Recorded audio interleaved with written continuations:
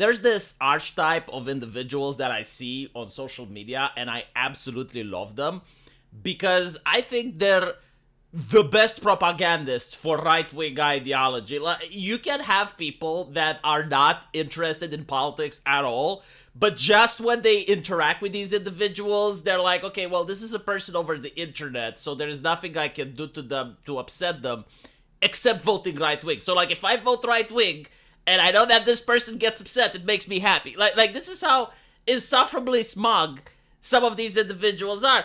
And the way you can recognize them is that you see average people that don't really even talk about politics. Like, you look at their timeline and they're not using social media to debate the presidential elections or anything. They're just like average people doing average things, tweeting about boomer stuff. And every now and then they will have an opinion. They will complain about something that affects their day-to-day life, whether it be the rising crime rate, or whether it be inflation, or the economy. And they're inundated with these smug individuals that are like, well, actually, you need to stoically endure the austerity measures that we are creating for the greater good. And when you look at these people that are telling others that they need to endure, you will notice that more often than not, they are completely secluded from the problem. So, you know, you can call them gaslighters or whatever, but there used to be a name for what they are doing. Like these types of individuals existed in the past, way before the internet, and their behavior actually got a name. You can Google it. It's called luxury beliefs.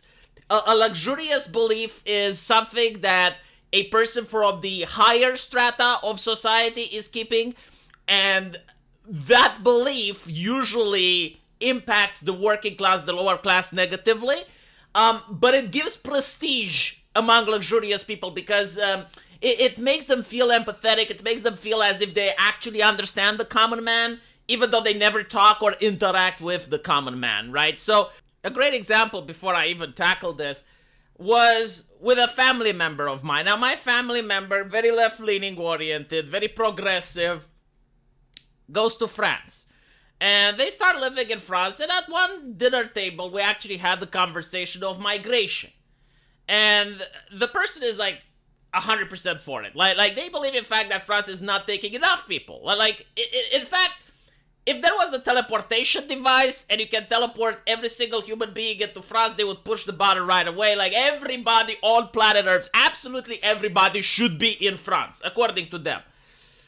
And I look at where exactly they're living. They're living in a 100% ethnical French neighborhood, gated community, right? Like, completely segregated from any type of concern that the people that raise about immigration may have.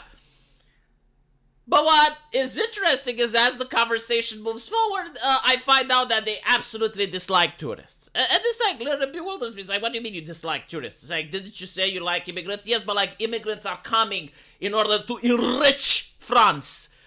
Tourists are just coming there in order to bring garbage. And I'm like, okay, interesting. And I look at the area that they were living. They had a hotel nearby, right? So the moment that the problem affected, all of a sudden the grievances and concerns were manifest. But if it's a problem that they don't deal with except at a hypothetical level, well, all of a sudden they are the ones that are getting on a little desk and they start lecturing all the peasantry around them. And it's like this type of behavior that you notice. Now, I generally don't know if people do this on purpose without realizing. It's like maybe they're surrounding themselves with a group of friends, and the idea that the friends reproduce is that what they're parroting without actually thinking until it affects them.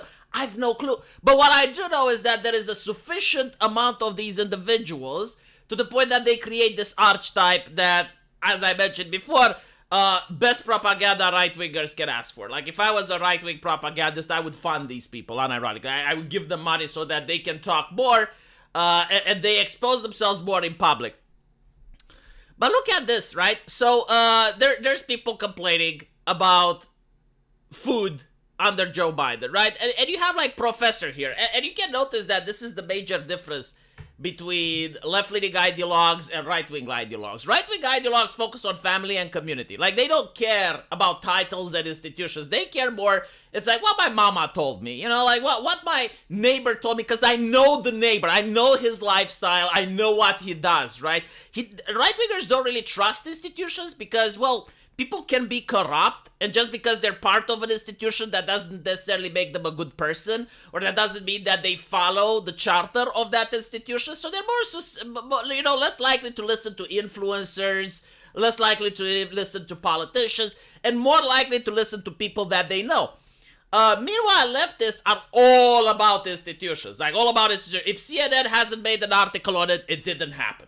If politicians didn't talk about it, or if there is something suspicious looking, maybe corruption, but if nothing is done, system is working as intended, right? So this is how the left-leaning mindset is. So like when you come up with the title and you say professor here, it's like when you're walking into the room and you're like, I'm the archbishop of, you know? It's very funny and hilarious for me looking at social media. It's like, so what if you're a professor? And then when you look at it, it's like, all right, well, let's assume you're a professor. You're looking at it, sociologist professor. I see. What the fuck does this have to do with food? You may as well say I'm a gambler. You know, like, who cares? But the fact that they feel the need to say this, even if you are a professor that actually deals with food, what? Like, you can be ideologically motivated, you can be bought, you can be corrupt, you can be wrong. It's not like you're showing a scientific paper. It's not like you're showing, well, this is my hypothesis, this is the scientific experiment that I made, here's the data, feel free to get the peer review, and if you can't contradict me, then I'm right. No, that's not what they're doing. It's like, well, I'm a professor, and because I'm a professor, I fart wisdom and I shit truth. So they're basically saying food is much better under President Biden due to the new FDA rules. You may not like it, but it's best for environment and for business. Yes, prices have risen a little bit, but that's how it shakes out. Deal with it. In other words, a professor is probably leeching money from student debt, right? Like, this is how they go about their life. They look at students and like, give me your cash and be in debt, right? Now they have a lot of money. So they're not affected by the raising of prices. Like, look at the wage an average university professor has. It's astonishing. They can't even relate to the common people. They can't even know what it's like to go to a supermarket and have your shopping list down to the last number. And when you're at the cashier, you're looking towards the fire exit so that you can know how to make a run for it from the embarrassment in the likely event that you can't pay for an extra item you bought and didn't account for, right? They never get to experience that. But like ideology, yeah, it's good for the environment, right? Like while they're driving their car, while they're going on planes, flying to their business trip, sitting in a house with air conditioning, sitting in a university with air conditioning, like that's okay, you know? Like when they are polluting the environment, that's fine. You, however, should stop. You should stop polluting, right? When they're shaking hands with their friends from China, they're not going to lecture that because that's an actual person. The peasantry, however, on Twitter, deal with it. It's like the smug attitude, I think, which is what really upsets people. It's like the deal with it part. Like they're not trying to educate, right? Like, you're a professor, so you should educate. They're not showing any type of compassion or remorse. No, it's like, deal with it. This is good for you, deal with it. In other words, they're acting like the father, but unfortunately, they didn't fuck your mom yet. So, all in all, it's also false. And I can prove to you that the FDA is shit. I'm from Europe, by the way, okay? We do not benefit from the wisdom and guidance of the FDA.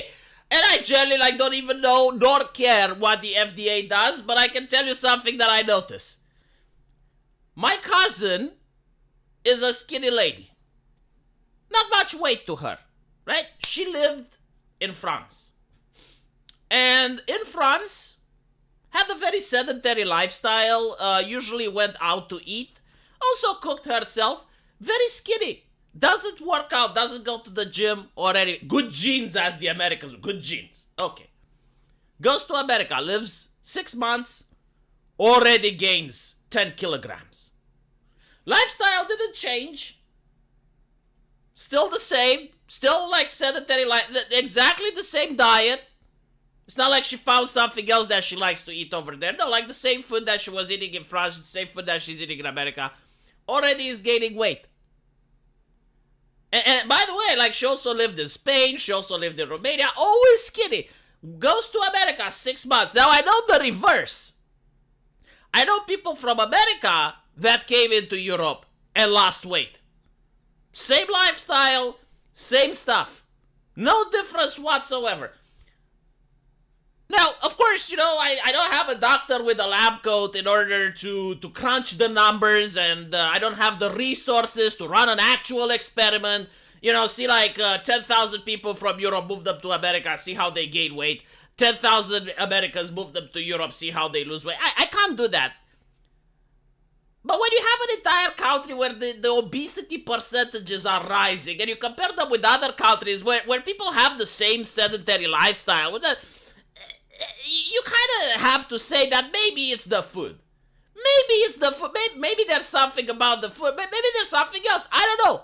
Maybe it's not the food, Maybe it's medicine. Who the fuck knows? But something must happen. Like, there is something, right? Like, I observe the reality. That how I answer the reality, I can only speculate. But clearly, you can't praise the FDA for doing such an amazing job when you're looking at Europe and you notice that people are more healthy here, because being morbidly obese also creates a plethora of issues. Diabetes, heart complications, arthritis. Like we can go for the list, right?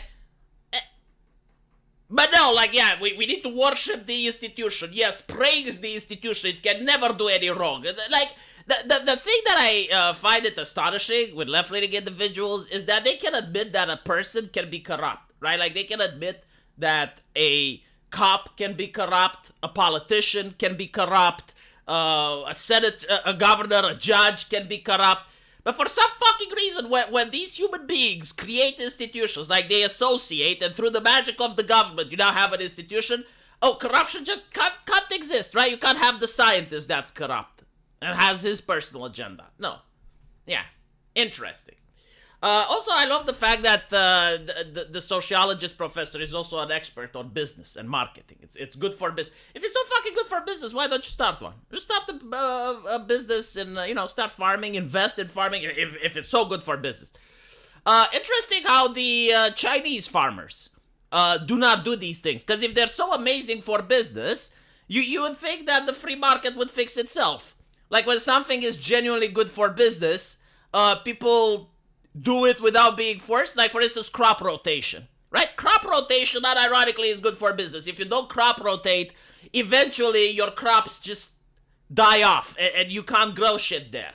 So crop rotation is very good. You don't see the government having to enforce crop rotation in many places. No, people just crop rotate themselves because they realize, okay, well, if we do it, we make more money.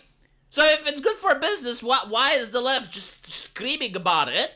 When in reality, like, people would just do it by themselves. And the ones that don't do, they go out of business, they sell, someone else buys it, and maybe they will do it properly so they don't follow suit. Anyway, let me know what you guys think, and as usual, I will see you in the comment section. Take care.